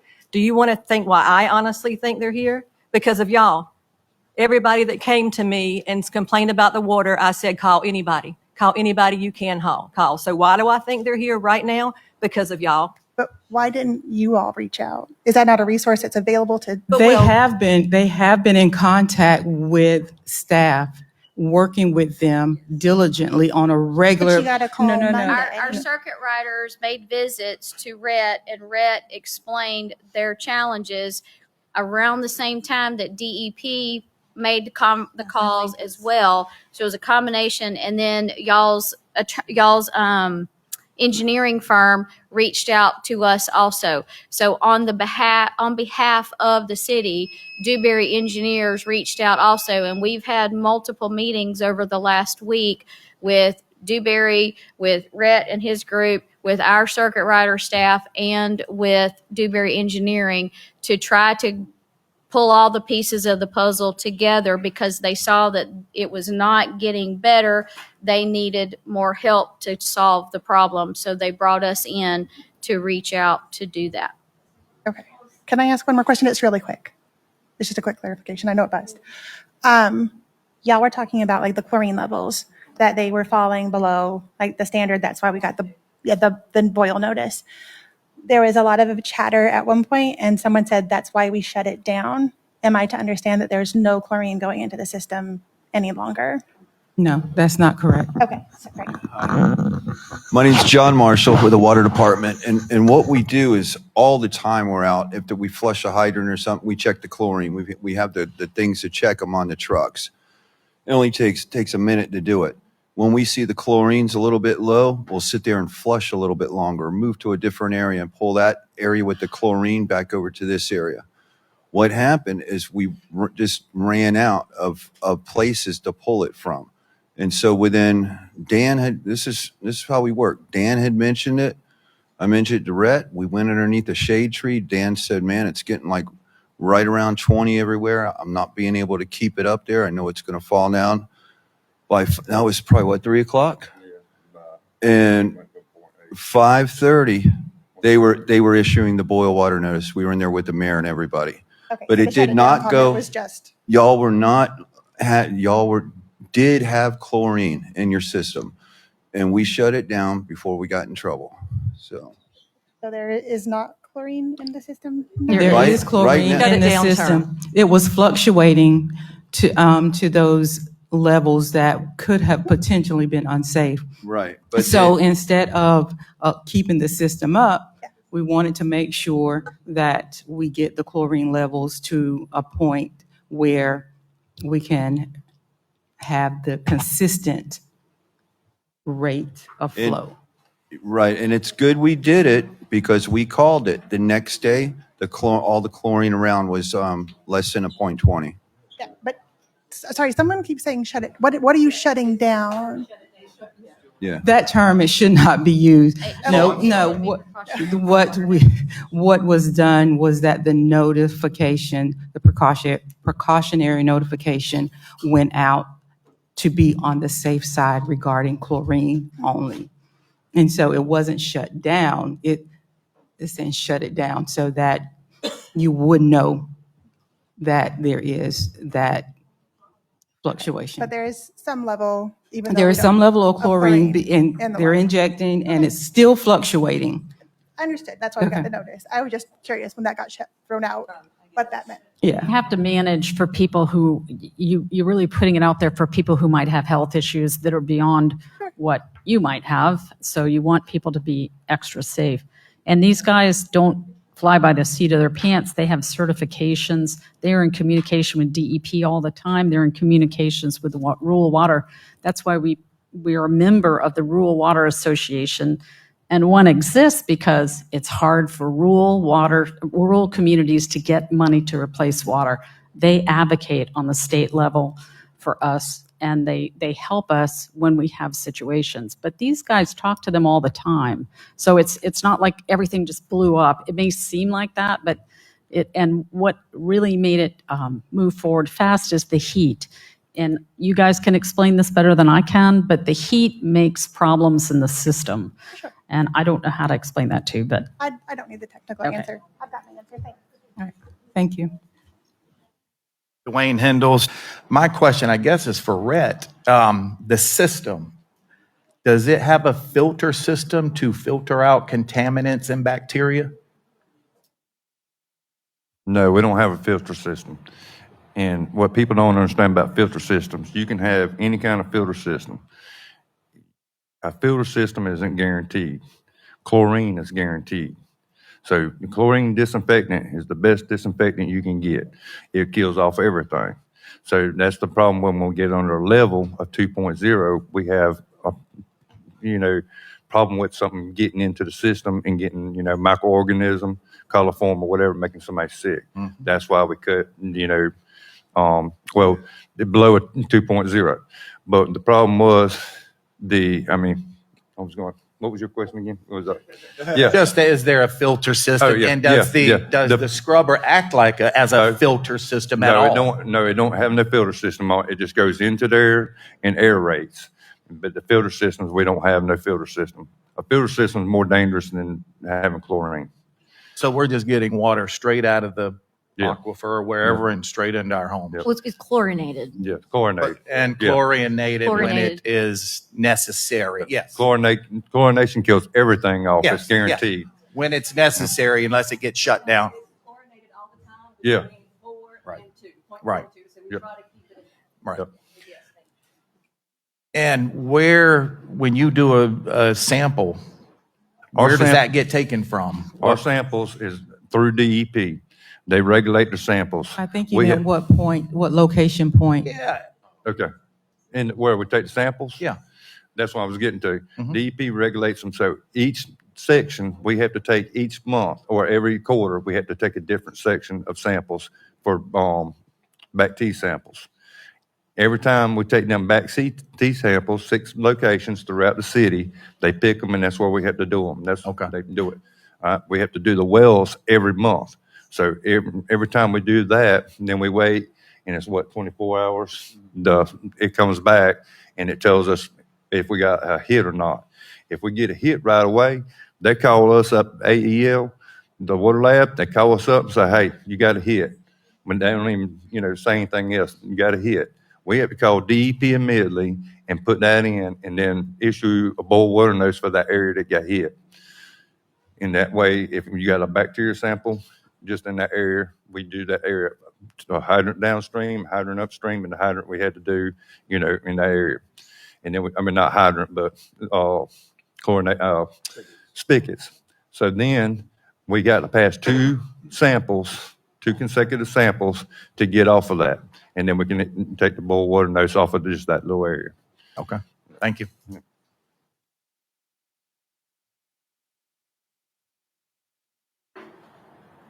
Are there any other comments? I just want to respond to the gentleman in the back who asked the question about were we blaming or this matter on the city administrator, former city administrator. We took the leadership role. So the buck stops right here. And so I cannot say it was someone else's fault. Life happens, this happened, it's an act of God. Were we prepared for it? No, we were not. Did we drop the ball somewhere along the way? Yes, we did. Can we go back and change things at this point? No, we cannot. Are we learning from this experience? Yes, we are. Will we put a plan in place going forward? Yes, we will. It is our responsibility as leaders to be responsible for you, our residents who depend and trust in us to lead. We may not lead the way some of you want us to lead, but I will lead governed by my heart and governed by the law and governed by what is right. So you can have your opinion of me, negative or positive, but I will do what is right by you as residents of this city, because at the end of the day, I have to live with myself and I have someone else who judges me. And that judgment is more powerful than I could put on myself. So I'm sorry that this happened. Wish we can go back and change it. We cannot. Wish we can do things over. We cannot. There is no do-over, but we have to do better and we will do better. So I say that to say, I'm sorry. We apologize for what you're going through, but we're going through it too. And so we are here together as a community, and we try to work together as a community. So if you either part of the solution or you're part of the problem, ask yourself, which one are you? If you're part of the solution, then you will help bring a solution to the table. If you're part of the problem, you will continue to do what you're doing and being critical, negative, and spreading false information. And we cannot succeed with falsehood. We can only succeed with facts and truth. If there's no further business before this body, I call for a motion to adjourn. I had hoped to be able to speak before it was over. And can I have the If If I may, I will open the floor for you to speak, Commissioner George. But I will say this. I know how critical you are of things that go on in the city. So I hope that what you're bringing to the table is something positive and a solution. Yes, ma'am. You have the floor. Well, with that preface, I wanted to answer several of you said, why are these resources being called in now? What has changed? In my mind, it is because of the calls that all of you have made, calling the commissioners, calling different agencies, calling our representative, Jason Schoaf. I think it's made a big difference, and I think that's why Alicia is here, and I think that's why we had a DEP inspection in March. Up until a couple of days ago, I was still stupidly telling members of the public that we're waiting for the aerator to arrive, and when that is installed, that will solve our problems. Well, I'm finding out the last couple of days that's not true. I mean, there was a mixer problem, there's a well problem, there's a whole host of things. And there were resources that we weren't drawing on, like, Alicia has probably found an odor scrubber that we could use, which would probably, and also their association is loaning us the mixer at the bottom of the tank that stirs it. I didn't know that was a problem. So I apologize for not knowing that. I think we have a systemic problem with information not being conveyed to the city commission. The city commission is to lead the city, but without the information, we can't do that. We've had a problem with that through the years. Yes, the buck stops with us, but we have to make an effort to have everybody fully informed. And I'm going to continue. I know Mayor Ash doesn't like it, but I'm going to demand that I receive the same information that everyone else does. I shouldn't have to go to City Hall every day and ask if there's something I should know. This was a big failure on our part. In October, we were told that the scrubber had collapsed shortly after Hurricane Helene, and that was reported to the City Commission at our November meeting, and we were told that repairs were underway. And I did not follow up after that, and 5 months went by, the water starts to stink, and I start seeing where the city's putting out information that repairs are underway. And at our, I believe, March or April City Commission meeting, as I walked into the meeting room, there's a new agenda item sitting in front of me asking that I approve an emergency expenditure of $500,000 without having received any prior information. So we have a lot of issues to work on, and I hope that this water crisis will lead us to make changes in our system so that we work as a commission and everybody receives the same information. And I would hope that the public would work to keep us accountable to that purpose. Thank you.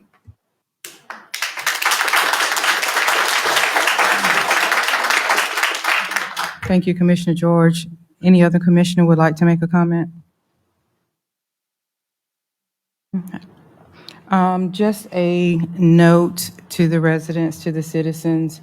Senator Simon's office will be here tomorrow.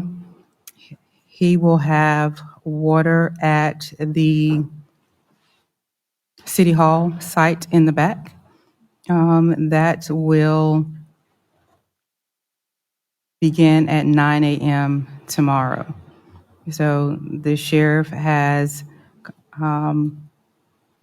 made contact with Senator Simon, and he will be at the high school at the City Hall site tomorrow at 9 a.m. for water, giving out water. I apologize. Can you hear me now? Senator Simon's office will be on site at the Apalachicola High School facility at 9 a.m. tomorrow, giving out water. So that is at the high school or the current City Hall, 192 Pop Wagner Boulevard. Coach Wagner. It's bottled water. We will still be looking into the tanks as well. And also on Saturday, water will be given out at the fire station, and that's at 9. I'm sorry, that's at 8 to 12. So 2 opportunities to grab some water this weekend. Tomorrow at the high school and Saturday at the fire station. So if there is no further business before this body. I just want to say briefly to confirm, I don't remember if I actually stated this part earlier. I had a conversation with Jason Schoaf last night about all of this. Everything we've talked about here tonight, I talked about with him. And I asked him, what can we do? How are we going to get help? What can we do?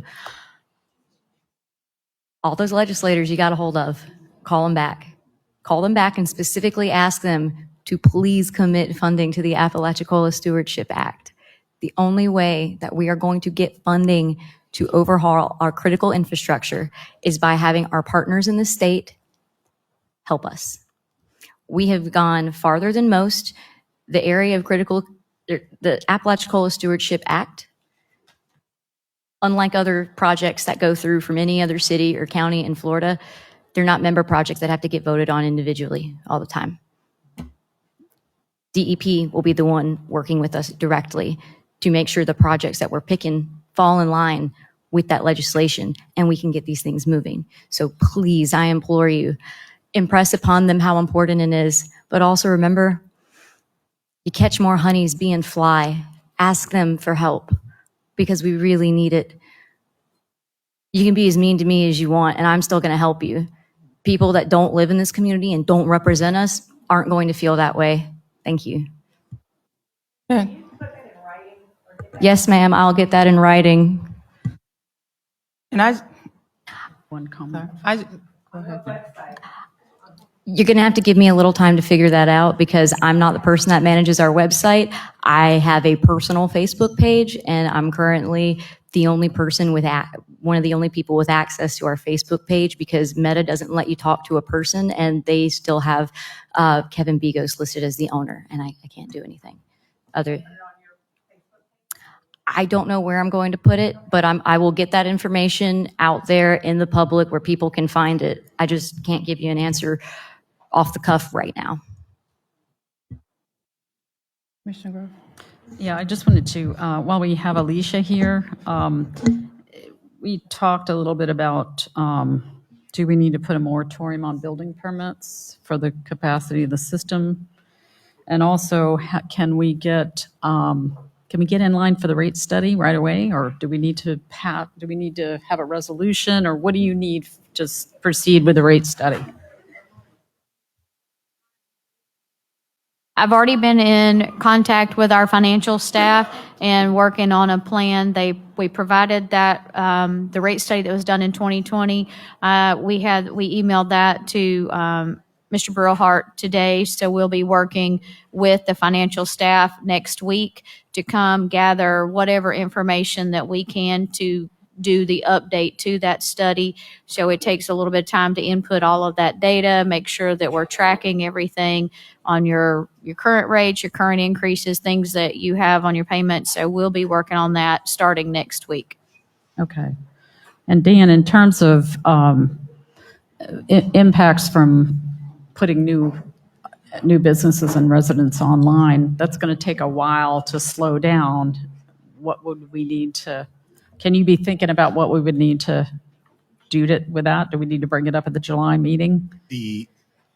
As far as any moratorium, a moratorium has to follow the same process as a zoning or rezoning. So it's would say a 2-month process. And, Okay. and, it may be something to look at, but we're hoping to be through some of this within 60 days that we're talking about. I think our capacity is still in It wouldn't even be in question. place for 60 days is what I'm saying. It has to follow a statutory process, the same as a zoning or rezoning. So it's not a, Right. yeah. But it's going to take a while, but we might need to look at our capacity. So, I do have a question on that. So speaking to, obviously, putting in taps is creating more burden on this water system. Looking at the timeline of when we will have this fixed versus what a moratorium itself is going to mean. Is there going to be a benefit to the water system by putting a moratorium in place? Or is a moratorium just going to halt everything at a permitting and bureaucratic level for our planning department? And then we're stuck in a mess with the planning department in a little while. Actively right now, Rhett, do you guys know how many taps you have on back order to install right now? Water tap installations. How many do y'all have that are on the list right now? If you can give me a ballpark. I think we got 5. Microphone, please. 5? About there. I think there's 5 left. Just 5. And these are single-family homes or multifamily homes? Single-family homes and multifamily homes. Okay. I think we should investigate if that truly is going, if a moratorium on the taps really will help. I know from probably a manpower perspective, if you guys have to put a policy moratorium on them, hey guys, sorry, your tap's been moved to the back burner for a little bit because we've got to focus on flushing, chlorinating, maintaining the water system. Yeah, that's been one of the things we've had to do is put them on the back burner. We've had to put all kinds of stuff on the back burner here lately, but just trying to get everybody, good clean water and keep the water up. That's been the biggest struggle for us right now. Thank you. No further questions on that. So I just want to say before we adjourn, thank you to everyone that came out. Thank you to everyone that made your comment, made your feelings heard. We hear you, we see you, we respect you, and we appreciate you for standing up. And as Commissioner George said, making us accountable. So we do appreciate that. Thank you so much. And thank you to the Water Department. You have been in the crosshairs, you have been in the lion's den, you have been in the fiery furnace, you have taken a lot, and we appreciate you. We know that you are overworked, underpaid, and we know that your love for the city goes beyond a paycheck. And we thank you for your commitment and dedication to the city. And so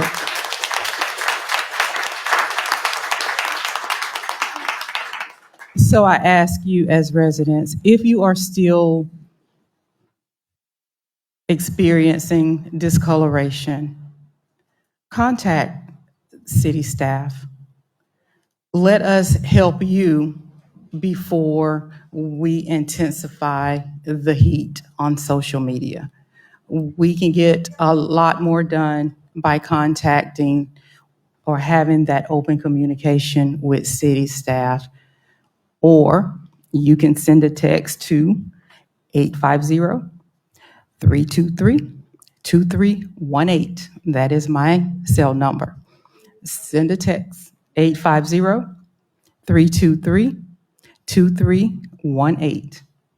Send a text, make a phone call, leave a message, and I promise you I will call you back. I will respond to the text.